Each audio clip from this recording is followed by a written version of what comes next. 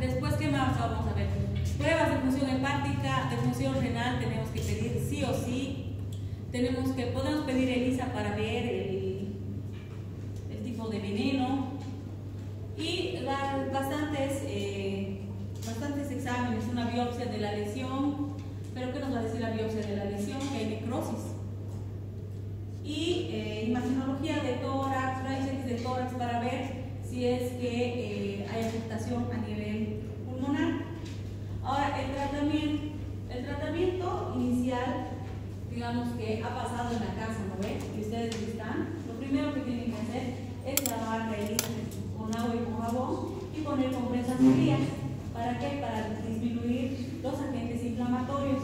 Porque los agentes inflamatorios, o sea, nuestro cuerpo trata de defenderse, pero al tratar de defenderse tanto, como tiene dentro de las células, hay determinadas enzimas dentro de nuestras células, estas se van a liberar, van a producir mayor reacción y al final van a terminar dañando nuestro cuerpo. Ahora, el manejo hospitalario, le van a dar Dapsona a partir del tercer día de la enfermedad y se mantiene 5 a 7 días. Le tienen que dar profilaxis para el tétanos, analgésicos y antibióticos, ¿no ven? Y puede ser necesario un tratamiento quirúrgico. ¿En qué caso? En caso de sacar la escarectomía que le dicen, entras al quirófano y sacan la escara. ¿Para qué?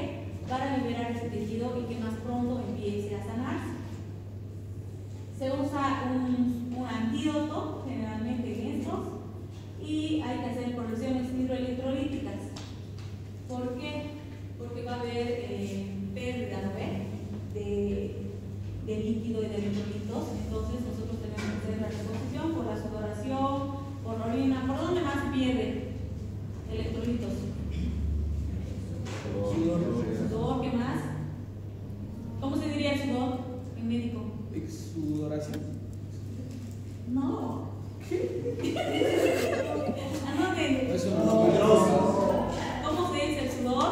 Los médicos, ¿cómo diríamos? Porque ustedes ya tienen que, ya están en segundo año, tienen que aprender, porque de todas formas, cuando avance, van a tener que saber oxigenoterapia y mantener manejo de la falla renal. Generalmente la falla renal va a ser aguda. Entonces, una falla renal aguda, ¿cómo se trata? Con líquidos y electrolitos. La mayoría de las fallas renales agudas son así. Las fallas crónicas ya se tratan de diferente manera, ¿verdad? Ahora, este es un resumen para que ustedes puedan estudiar, para que vean qué es lo que van a hacer. ¿Ya? Ahora, poneurismo, del 11 al 20, anótense poneurismo, nos vamos a buscar artículos de poneurismo. ¿Ya? Según la lista de la teórica, lo voy a anotar yo también. No me anoto, me olvido. Ya, del 1 al 20, los que están aquí de la lista, del 1 al 20 me buscan el artículo científico para la tarde de ese tema.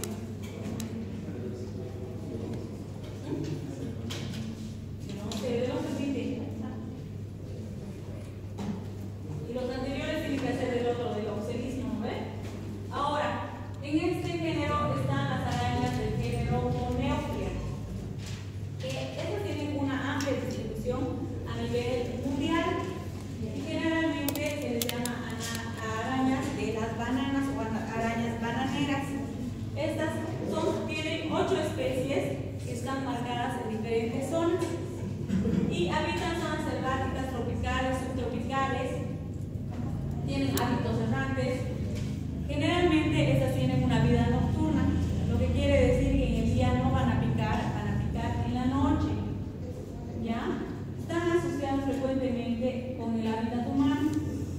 Ingresan debido a la presencia de desechos, lo que quiere decir que si nosotros dejamos la basura sin tapar, la basura por todos lados en la casa, no barremos mucho, este tipo de arañas van a aparecer. Ahora, su ponzoña está causada por la pH de X3.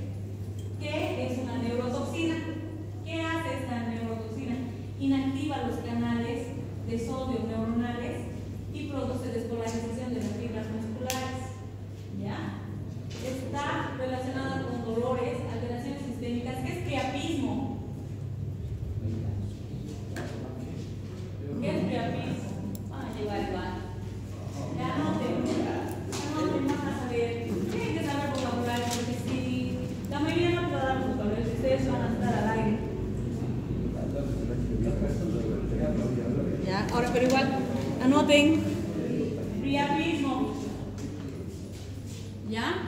Entonces va a haber hipotensión, edema pulmonar y otros síntomas que se ven en ese tipo de envenenamiento.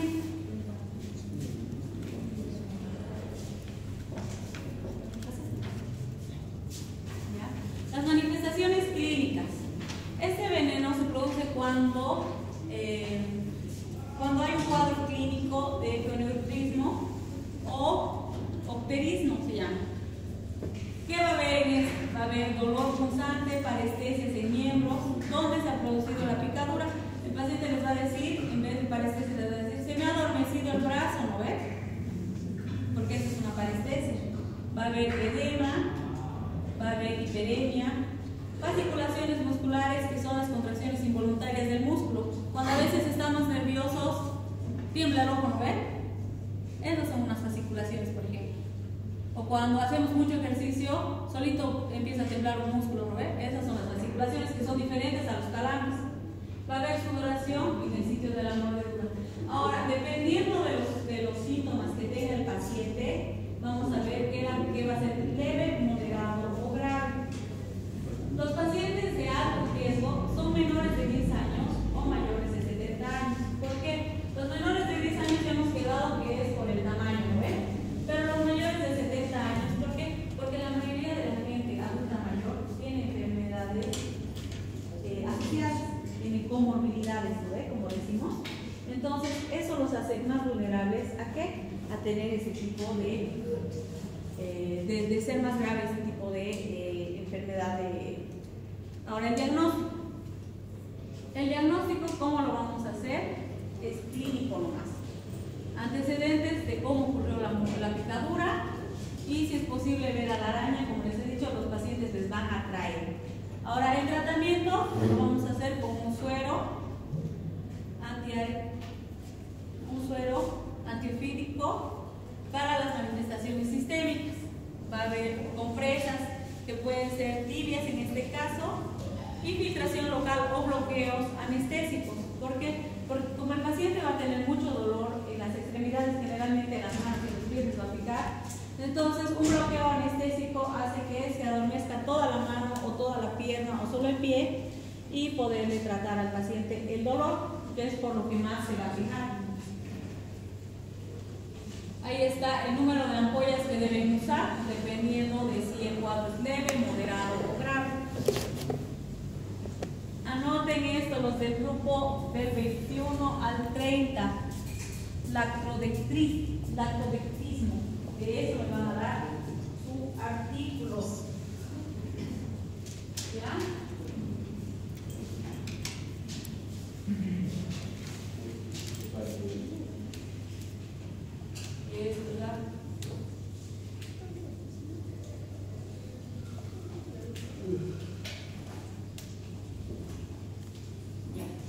Este es causado por otro tipo de arañas que están ahí, que son igual un montón de agentes que en el examen, no porque voy a preguntar lo general porque son muchos nombres para acordarse, ¿ya? Entonces, estas causan de manera accidental la picadura, conocidas como las viudas negras. Estas son muy tóxicas, su veneno, este es súper tóxico su veneno. Generalmente no son agresivas y la única que muerde es la hembra. Los accidentes son raros. Para diferenciarla ustedes de las otras arañas, esta araña tiene un tipo de mancha roja como un reloj de arena. Si es que les traen la araña, se van a dar cuenta por esta forma, esta mancha que tiene característica. La ponzoña tiene un componente tóxico que es una neurotoxina, la alfa-lactotoxina. Esa es la toxina responsable de que esta araña cause este tipo de patología. ¿Qué va a producir esta? Va a producir una acción difusa a nivel del sistema nervioso central. Se transmite por efectos periféricos, actuando en la presinapsis, ¿no ve? Antes de la unión de las células, de la la reacción de las células, provocando liberación descontrolada de la acetilcolina. La acetilcolina es un neurotransmisor que usamos para hacer movimientos musculares. Ahora, esta araña es 15 veces su veneno superior al de la serpiente cascabel, lo que la hace bastante tóxica para el ser humano, principalmente en quienes, en los niños. Las primeras horas va a haber una fase simpática, tónica, lo que quiere decir que puede haber convulsiones, y después de eso va a haber una vagotonía, que es diferente. Ahora, las manifestaciones clínicas pueden resolverse en menos de una semana y generalmente el pronóstico es bueno cuando nosotros hemos dado el antiveneno a tiempo. Mientras más tiempo transcurra en que actuamos y el paciente está sin ningún tratamiento, va a ser peor el diagnóstico en cualquiera de las patologías. ¿Ya? En cualquiera de estas tenemos que actuar de manera rápida. Generalmente hay centros dedicados, los centros de tercer nivel son los que están dedicados a tener este tipo de sueros para contrarrestar el veneno. Entonces, si ustedes están en alguna costa como médicos y no tienen, lo más fácil es derivar al paciente rápido y no quedárselo al paciente. ¿Por qué? Porque mientras más tiempo pase, más efectos va a tener. Ahora, sus efectos van a ser síndromes neurológicos, que va a haber inquietud, irritabilidad, angustia, sensación de miedo, de muerte, puede llegar a psicosis el paciente con su alteración, va a haber contracciones musculares generalizadas, intensas, generalmente dolor en la cintura escapular, en la cintura pélvica y dolor abdominal. Los signos cardiovasculares son taquicardia, hipertensión y bloqueo cardíaco, que va a producir un paro cardíaco, ¿verdad? Y otros síntomas que pueden ser de esa patología o de cualquiera, que son las náuseas, dolor abdominal, constipación, retención urinaria, taquimia, dolor torácico y opresivo. Los grupos de mayor riesgo, como hemos dicho, son los niños, ¿eh? Pero en este caso se aumentan las mujeres gestantes. ¿Por qué? Porque las mujeres gestantes van a tener alteración en su sistema hemodinámico, está comprimido, no está alterado. ¿Por qué? Porque tiene que irrigar aparte de su cuerpo el bebé más. Por eso, y pacientes que tienen enfermedades cardiorrespiratorias. ¿Por qué?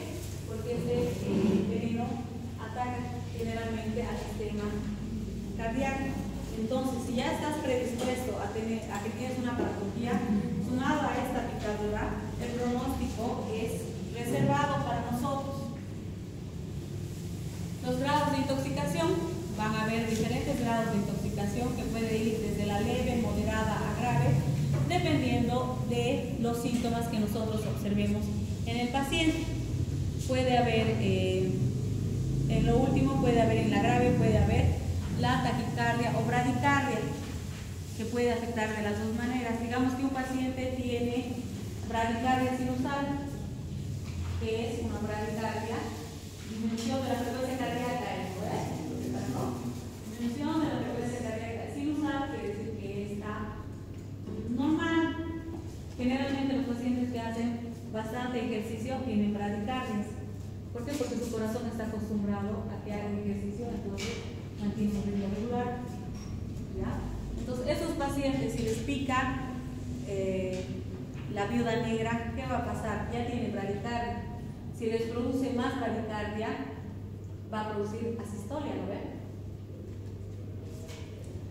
Ahora, el tratamiento, se debe considerar que el tratamiento debe ser inmediato, ya sea en la casa o en el centro de salud, donde se debe tratar de tranquilizar al paciente y a sus familiares, evitar movimiento en general. ¿Por qué?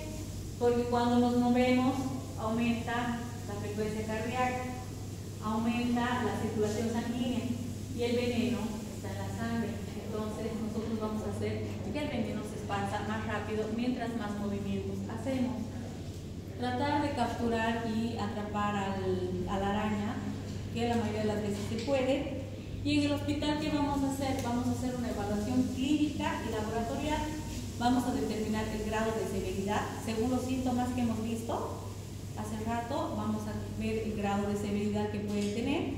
Vamos a aplicar nuestro suero para este tipo de araña, donde vamos a aplicar de vía subcutánea 1 a 5 ml. Vamos a hacer una buena hidratación. Vamos a poner un analgésico. ¿Por qué? Porque le va a doler la picadura.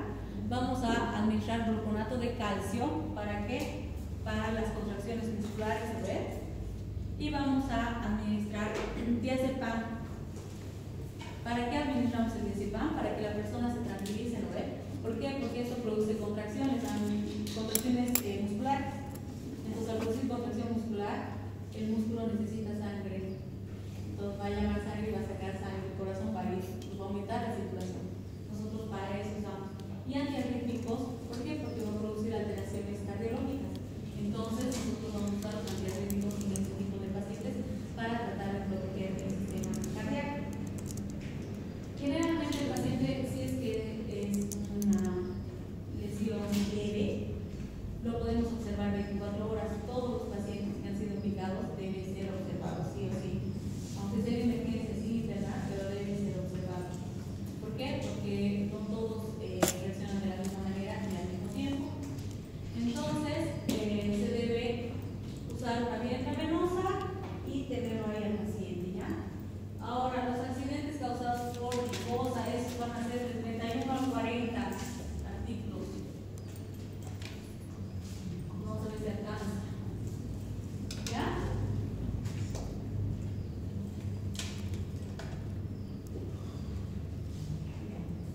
Entonces, estas arañas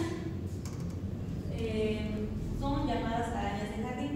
Generalmente aquí nos atacan a las amas de casa que les gustan las plantas, a los jardineros y a la gente que se encarga de lograr.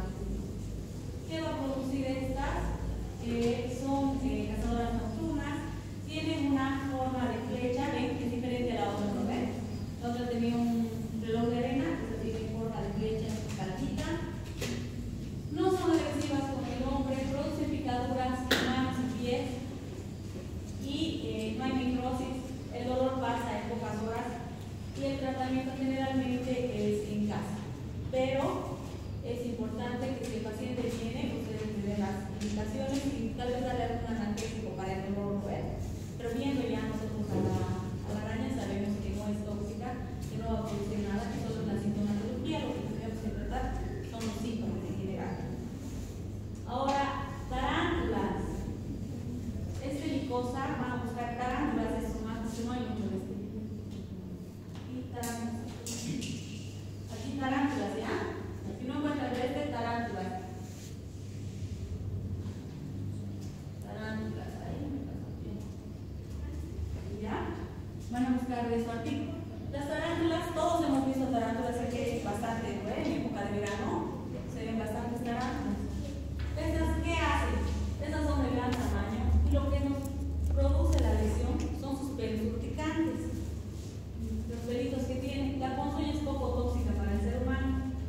¿Qué tenemos que hacer con esto? Lo mismo que con las larvas de las mariposas, ¿no?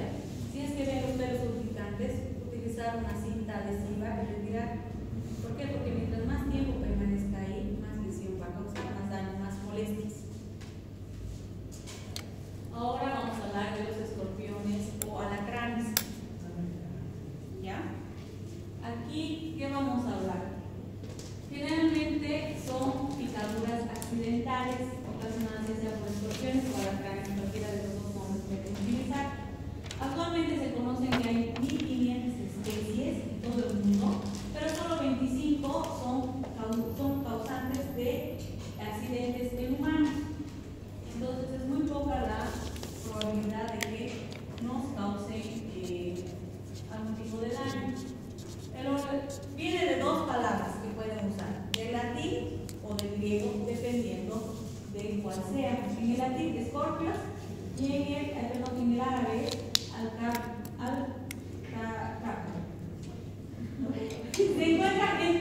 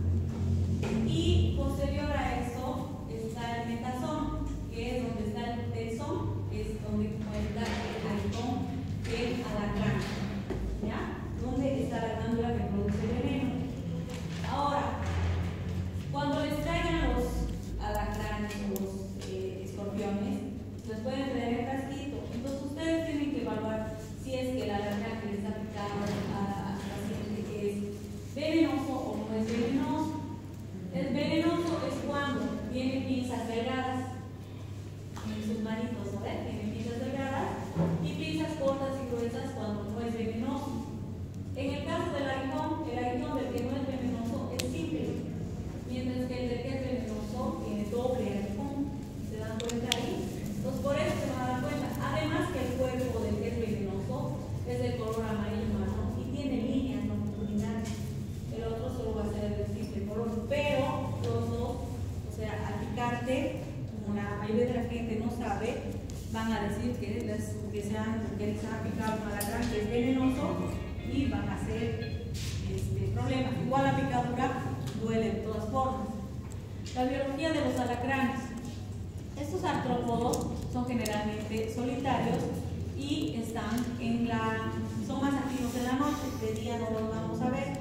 Les gustan los lugares oscuros y escondidos. ¿Eso qué quiere decir? Que puede estar detrás de cuadros, detrás de macetas, en lugares que nosotros no movemos mucho. Por ejemplo, si es que se han entrado al dormitorio en el ropero, en esos lugares ya puede sobrevivir meses sin agua y más de un año sin comer. Eso los hace importantes. Son carnívoros y se alimentan exclusivamente de animales vivos, arañas e insectos. Y generalmente el canibalismo es un fenómeno común. Estos, al encontrar otros alacranes que sean bebés o de menor tamaño, se los van a comer. ¿Por qué? Porque se alimentan de insectos. Epidemiológicamente,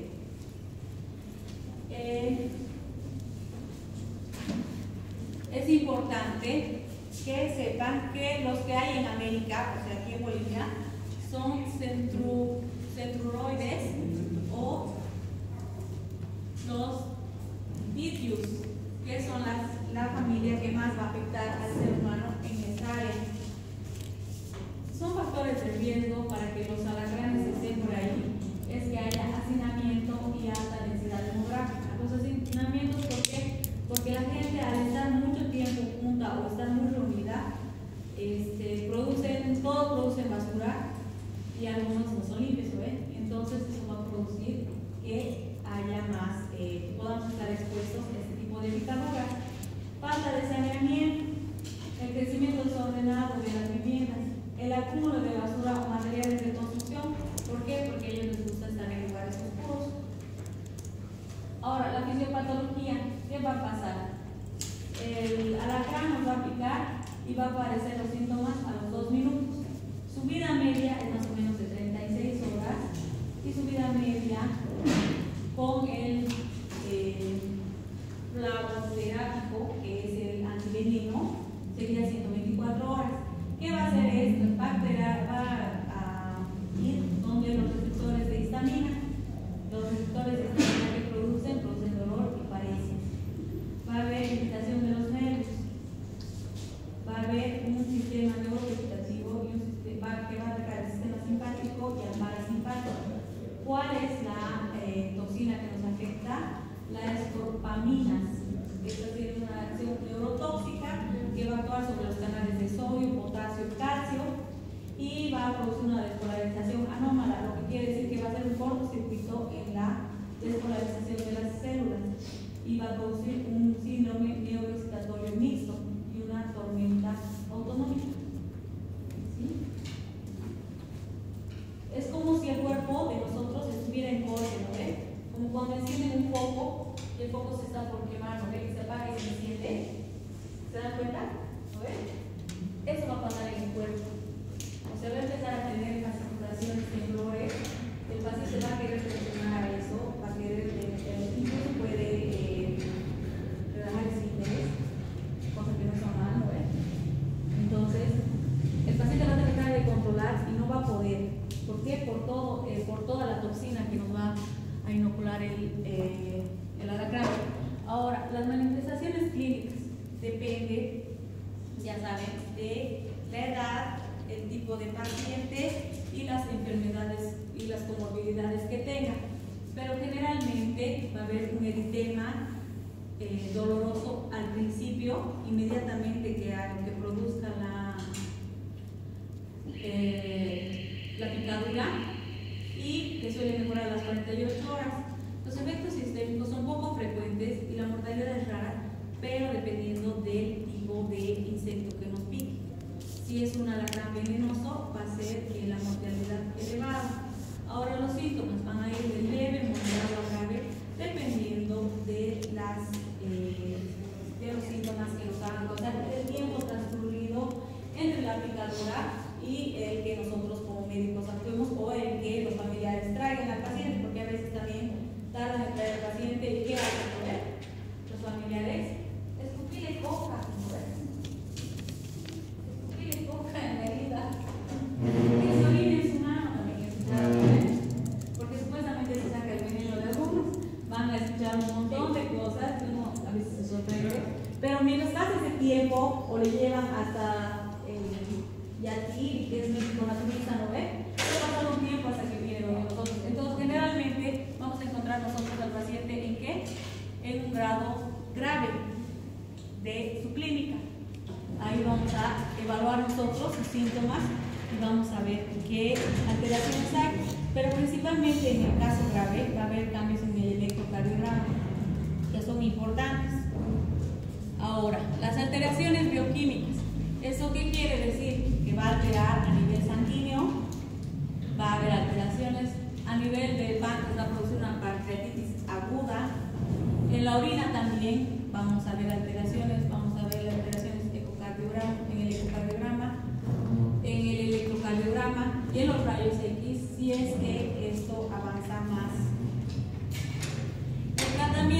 El tratamiento está basado generalmente en los factores asociados de gravedad. Aquí vamos a ver un estado de salud del paciente que tenga comorbilidades, que son enfermedades que acompañen a este paciente.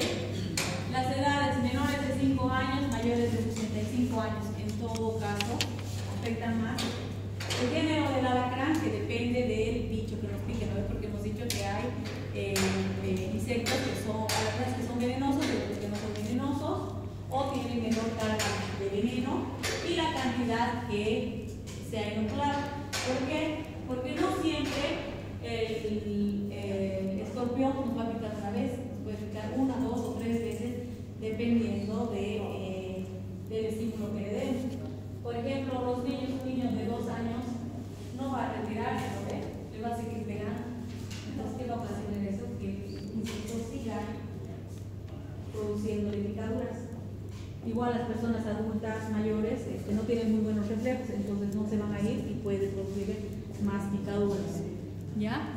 Nosotros, ¿qué vamos a ver? Vamos a observar a este paciente siempre en un ambiente hospitalario durante al menos 4 a 6 horas. Generalmente en todos los pacientes que han sido picados y no sabemos por qué, los dejamos 24 horas. Y vemos si son casos benignos y principalmente nosotros nos quedamos observando a los niños. Ahora, en los casos graves se debe de hacer una monitorización en terapia intensiva.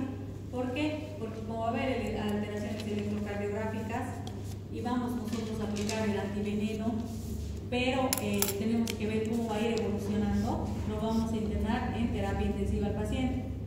El cuadro grave se ha observado que va a haber una pancreatitis, va a haber un síndrome de dificultad respiratoria, por lo que tal vez algunos pacientes necesitan ser intubados y tener una respiración artificial. Va a haber edema pulmonar, alteraciones de la hemostasia, que va a ser alteraciones en la sangre, donde puede haber sangrado o coagulación, y una falla orgánica múltiple, que desarrolla, que todo esto va a desarrollar la falla orgánica múltiple, y la falla orgánica múltiple va a producir la muerte del paciente. La conducta terapéutica a seguir depende de la severidad del cuadro. Vamos a ver, si es leve, va a ir al servicio de emergencias 3 a 6 horas, le vamos a hacer un control clínico, un electrocardiograma y una glucemia. ¿Para qué? Para ver que en el electrocardiograma no haya alteraciones eléctricas. En el moderado lo vamos a hospitalizar. ¿Por qué? Para hacerle un control clínico, para ver que no haya avanzado de cuadro moderado o grave. Vamos a hacer una radiografía de tórax, electrocardiograma, ecocardiograma. Vamos a medir las proteínas cardíacas, vamos a ver los electrolitos, vamos a hacer amilasa plasmática. ¿Para qué? Para ver la función del páncreas, porque este veneno afecta al páncreas, la glucemia y gases arteriales. Ahora, ¿cómo se dice? ¿Glucemia o glicemia? ¿Qué? ¿Cómo se dice? ¿Quién dice que es glicemia? No es la mano, pues. ¿Qué? Glicemia. ¿Es glicemia o glucemia? No, sí lo entiendo, pero no suena igual cuando hablas. No, pero ¿cuál es correcto? Hablar.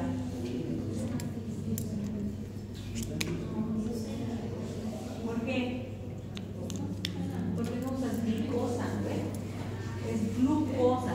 Entonces, cuando vayan a hablar, algunos doctores también les van a ofrecer, les van a decir, no digan glicemia, digan glucemia, porque es glucosa. ¿Ya? Ahora, en casos graves, ¿qué vamos a hacer? Vamos a hospitalizar al paciente en terapia intensiva. ¿Por qué? Porque necesita una monitorización general. Esos monitores, ¿a qué se refieren?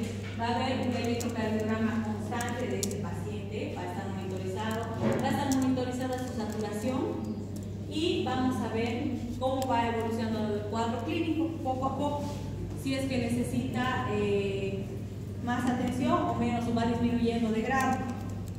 Ahora, el tratamiento primero va a ser sintomático. ¿Nosotros qué vamos a tratar primero? El dolor del paciente. ¿Por qué? Porque esta picadura es muy dolorosa. Entonces vamos a utilizar diferentes medicamentos, ya sea analgésicos, para tratar al paciente. Si es niño o es adulto, vamos a ver qué vamos a usar. Generalmente en niños podemos utilizar el acetaminofén, que es el paracetamol, ¿no? O podemos utilizar la dipirona, cualquiera de los dos. Si queremos actuar más, podemos usar anestésicos locales sin epinefrina. ¿Por qué utilizamos anestésicos locales sin epinefrina? ¿Qué es la epinefrina? No, ¿qué es? Aparte, otro nombre de adrenalina. ¿Y qué produce la adrenalina en el cuerpo? Y aumento de la frecuencia cardíaca, ¿no? Entonces, si este paciente tiene alteraciones electrocardiográficas en el electrocardiograma y nosotros le ponemos adrenalina, vamos a poner a trabajar más su corazón. Lo que ¿qué quiere decir? Que lo vamos a mandar más allá, rápido. Entonces, podemos usar eso, lidocaína, sin epinefrina, bupivacaína. La bupivacaína dura más, pero en el caso de la bupivacaína, tienen que tener cuidado si la van a utilizar. ¿Por qué?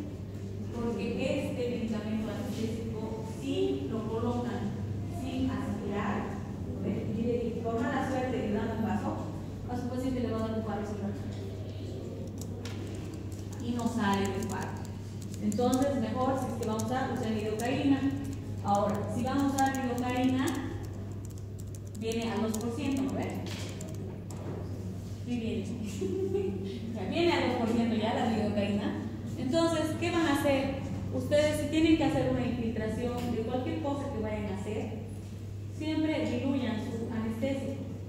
¿Por qué? Porque el anestésico también tiene, como hemos quedado hablando de los venenos, depende de la dosis para que sea tóxico o no. Generalmente la lidocaína viene al 2%. Entonces, ¿qué hacen? Se cargan una jeringa de 5 ml, la llevan con solución fisiológica hasta 10 y ya tienen lidocaína al 1% para hacer su infiltración y evitar que tengan toxicidad. Ahora, también se puede usar la meperidina a 1 miligramo por kilogramo de peso en niños, y en adultos se haría la administración intramuscular. ¿Qué vamos a tener? Vamos a tener también vómitos y convulsiones. Los vómitos, ¿cómo vamos a tratarlos? Con alguno, con la metoclopramida que puede utilizarse, el ondansetron, la clorpromazina, dependiendo. Y las convulsiones que puede haber en los pacientes. ¿Por qué? Porque va a haber alteración, no ve, a nivel muscular, va a producir fasciculaciones y puede producir convulsiones. Y también porque nos altera el sistema nervioso central, podemos utilizar el diazepam. Pero el diazepam tenemos que tener cuidado. qué? Porque si nosotros administramos una dosis alta de diazepam, el paciente va a dejar de respirar. Y alguien que no respira se muere. Entonces, siempre que administren una droga, traten de administrarla diluida y lento o a goteo, ¿no? Ahora se puede administrar borbonato de calcio para que disminuya las contracciones musculares. Podemos administrar hidrocortisona para el shock alérgico y también podemos administrar el antisuero, ¿no ves? O para el tratamiento específico se hace con el suero antiescorpiónico, que es generalmente producido en los caballos y se debe administrar de manera precoz. Mientras más rápido, mejor.